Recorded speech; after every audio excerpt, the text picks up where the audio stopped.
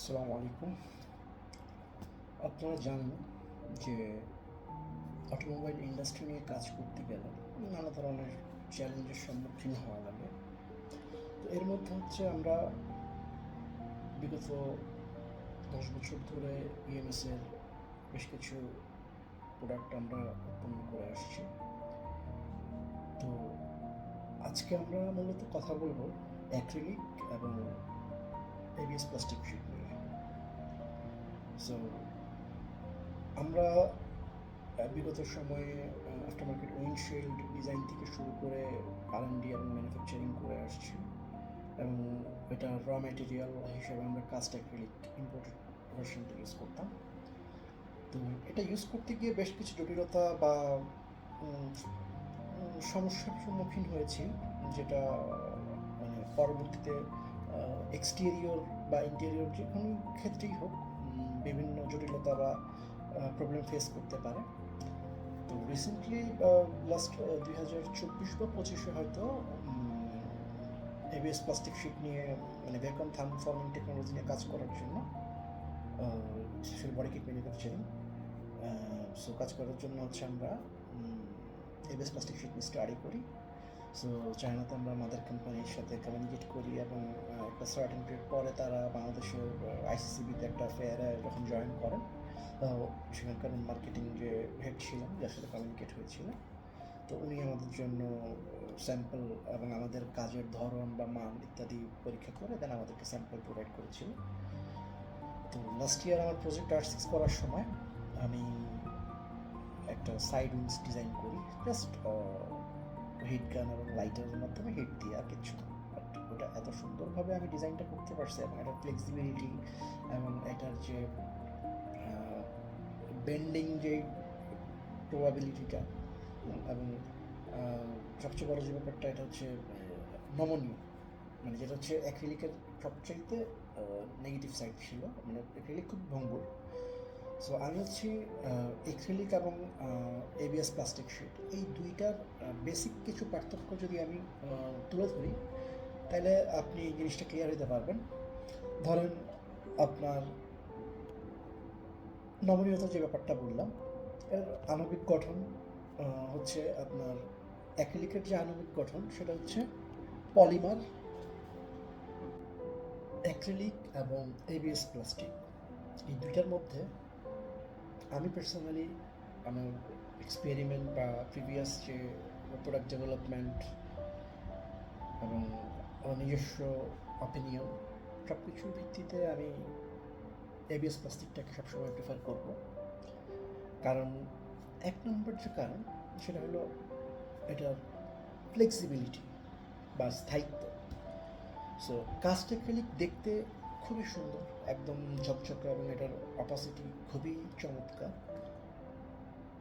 কিন্তু এটার যে আণবিক গঠন ওইটা খুবই ভঙ্গুর, পলিমার বেসড যেহেতু, সেহেতু খুব বেশি ফ্লেক্সিবিলিটি বা এক্সট্রিম টাফনেস এগুলো আসলে এক্সপেক্ট করা যায় না।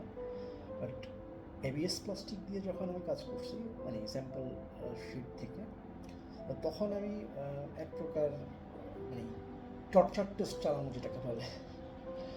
সো আমি কোনোভাবেই এবিএসকে হার মানাইতে পারিনি, কোনোভাবেই প্রত্যেকটা টেস্টেই সে পাস পাস পাস।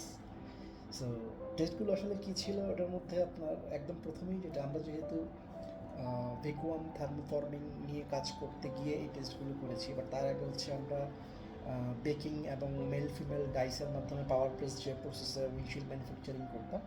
সো কাছাকাছি প্রসেস, বাট এখানে ফ্যাক্ট যেটা হলো সেটা হলো টেম্পারেচার, বেকিং টাইম, এবং এর মধ্যেও কিছু কিছু সময় হয় কি অ্যাক্রিলিকে কিছুটা বাবল ইস্যু চলে আসে। আর টেম্পারেচার টাইম যদি একটু এদিক সেদিক হয় বা একটু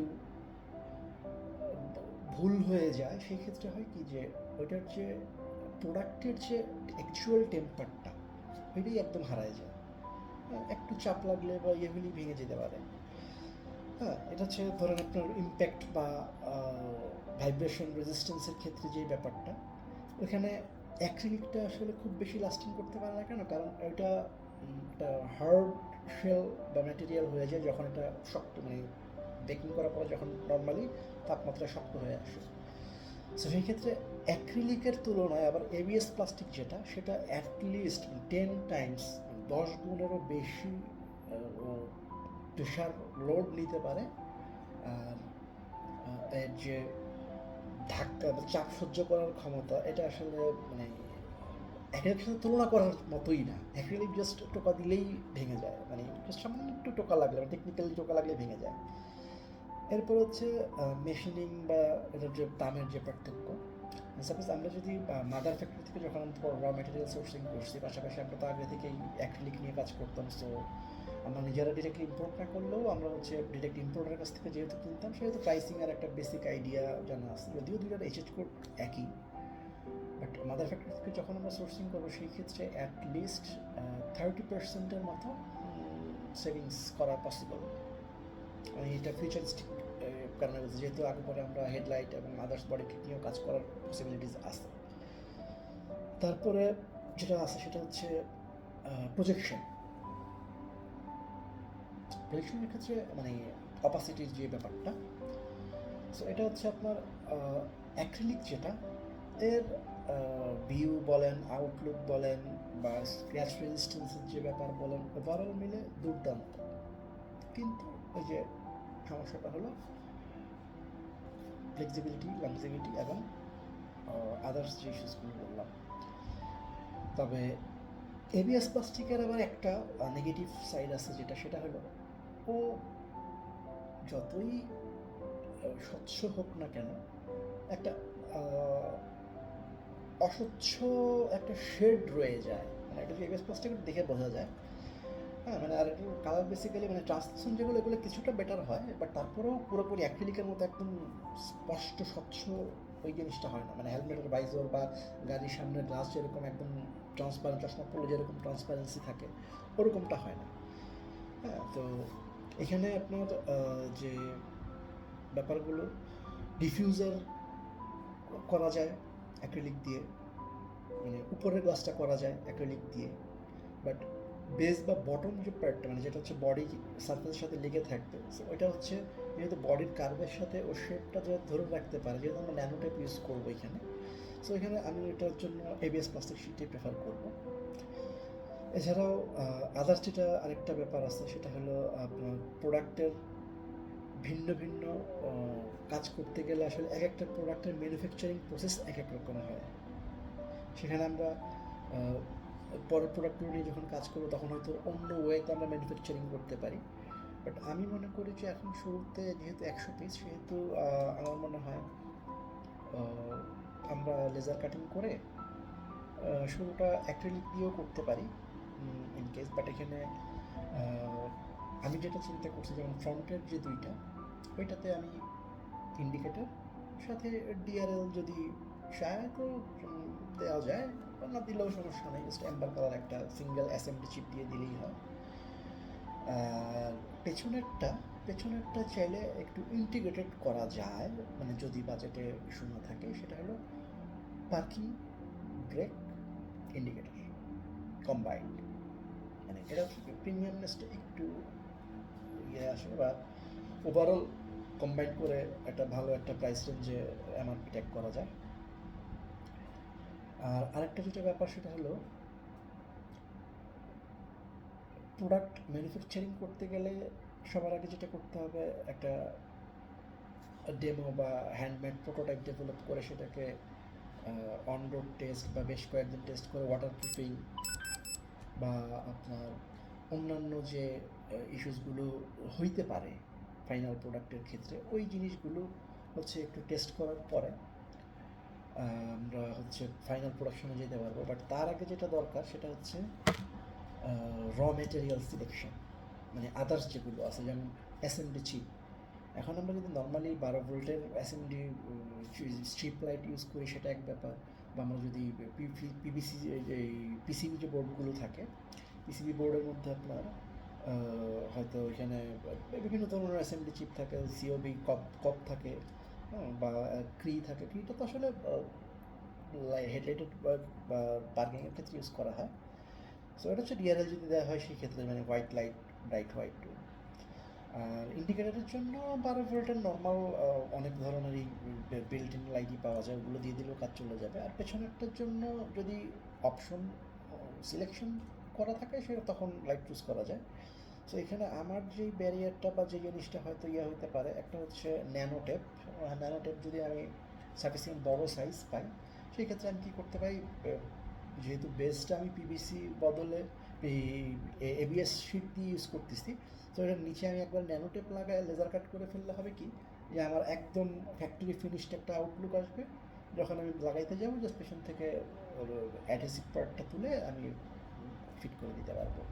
বাট এখানে ফ্যাক্ট হলো, যেহেতু আমি কারের স্টক বডিতে জিনিসটা সেট করতে যাচ্ছি এবং আমি কারের কোনো হোল বা কোনো কিছু করবো না, সেই ক্ষেত্রে তারটাকে হচ্ছে আমার টেকনিক্যালি হাইড করে বা একদম নিচে দিয়ে বা গ্যাপ দিয়ে যাতে আমি ওয়ারিংটা ভেতরে আমার হার্নেসে নিয়ে আসতে পারি, সেই ক্ষেত্রে হচ্ছে রেবন টাইপের যেটা বললেন, এখন এই টাইপের কেবল কি আমাদের লোকাল মার্কেটে অ্যাভেলেবল পাওয়া যায় কি না, এটা একটা ফ্যাক্ট। আরেকটা ফ্যাক্ট হলো, ম্যানুফ্যাকচারিং প্রসেসটা এখন 100 পিসটা ওইটা যেহেতু মেল ফিমেল ডাই করে পাওয়ার প্রেস করেও করা যায় বেকিং করে। আবার সামনে যদি যেহেতু হেডলাইট নিয়ে কাজ করার কথাবার্তা বা প্ল্যানিং আমি অলরেডি কিছু ড্রয়িং স্টাডি করে রাখছি, সেখানে আমি যদি ছোটো একটা ধরুন 2 feet by 2 feet vacuum thermoforming machine বানাই নিই, হ্যাঁ, সো সেটাও করা যায়। সো এটা হয়তো কাঠ বা প্লাইউড, পিভিসি, পার্টেক্স বা একটু বেটার মনে করলে অ্যাসিস দিয়েও করে নেওয়া যায়। আর ওইটার সাথে চাইলে কোয়ার্টস বা ইনফ্রারেড যে হিটিং চেম্বারগুলো, মানে ইকুয়ালি যেন সব জায়গায় সেম ওয়েতে ডিস্ট্রিবিউট হয়, তো এটা ধরেন কন্ট্রোল করার জন্য কন্ট্রোলার ইউজ করলাম বা টেম্পারেচার কন্ট্রোলার দিয়েও করা যায়। সো ওইটা করলে হবে কি, যে আমরা পরবর্তীতে যখন নিয়ে বড় 4 ফিট বাই 4 ফিট বা 5 ফিট বাই 6 ফিট সাইজ নিয়ে কাজ করতে যাব, তখন হচ্ছে আমাদের এটা হচ্ছে টেস্ট ট্রায়াল হিসাবে কাজে লাগলো। যদিও আমি 2017 সালে অলরেডি একটা টেস্ট ট্রায়াল করে রাখছি উইন্ডশিল্ড ডিজাইনিং বা ম্যানুফ্যাকচারিংয়ের শুরুর দিকটায়। তো পরবর্তীতে আমরা অন্য প্রসেসে পাওয়ার প্রেসিংয়ে মেল ফিমেল ডাই দিয়ে হচ্ছে করতেছি এখন। সো এখন হচ্ছে আপনাদের যে নেক্সট অপিনিয়ন বা পরবর্তী যে ডিসিশনগুলো আমাকে জানালে আমি হচ্ছে একটা অ্যাপ্রক্সিমেটেড প্রোডাকশন কস্ট, হ্যাঁ, বা টাইমিং বা যদি র মেটেরিয়াল যদি সব কিছু পাওয়া যায় অ্যাভেলেবেল, সেই ক্ষেত্রে হচ্ছে চালিয়ে দেওয়া যাবে আশা করি। এবং প্রথমে হয়তো 100 পিস ওগুলো তো হ্যান্ডমেডই হবে বা একটু স্লোলি কাজ হবে। সো এখানে হয়তো লাভের রেশিওটা খুব একটা থাকবে না বা ম্যানুফ্যাকচারিং কস্টটা একটু বেশি চলে আসবে। বাট সেটা যদি এক্সটেন্ড করে 1000 পিস বা 10,000 পিসে যাওয়া যায়, তখন 10,000 পিস গেলে আমি কী করবো, পেছনের যে বোর্ডটা বডির সাথে ফিক্স থাকবে, ওটা হয়তো আমি ইঞ্জেকশন মোল্ডে করে ফেলতে পারি। অথবা রিসেন্টলি যে সিলিকনের কিছু মোল্ডিং হয়, যেটা হচ্ছে ইনশা মোল্ডের মতো সেলুলোড বা আদার্স লিকুইড ইনজেক্ট করে যেটা করে, ওটা দিয়েও করা যায়, হ্যাঁ, একটু কোয়ালিটিটা বাড়ানোর জন্য। আর ব্র্যান্ডিংয়ের যে ব্যাপারটা, ওইটার জন্য আমার কাছে যেহেতু ফাইবার লেজার এচিংটা আছে, সো এটা দিয়ে ব্ল্যাক অ্যাক্রিলিকের উপরে খুব সুন্দর ব্র্যান্ডিং করা যায়। সো চাইলে খুব ছোট্ট অ্যাক্রিলিক কাটিং করে ওইটা জাস্ট উপরে ক্লোশন দিয়ে বসাই দিলে লোগো ব্র্যান্ডিং দুইটাই হয়ে গেল। এই তো।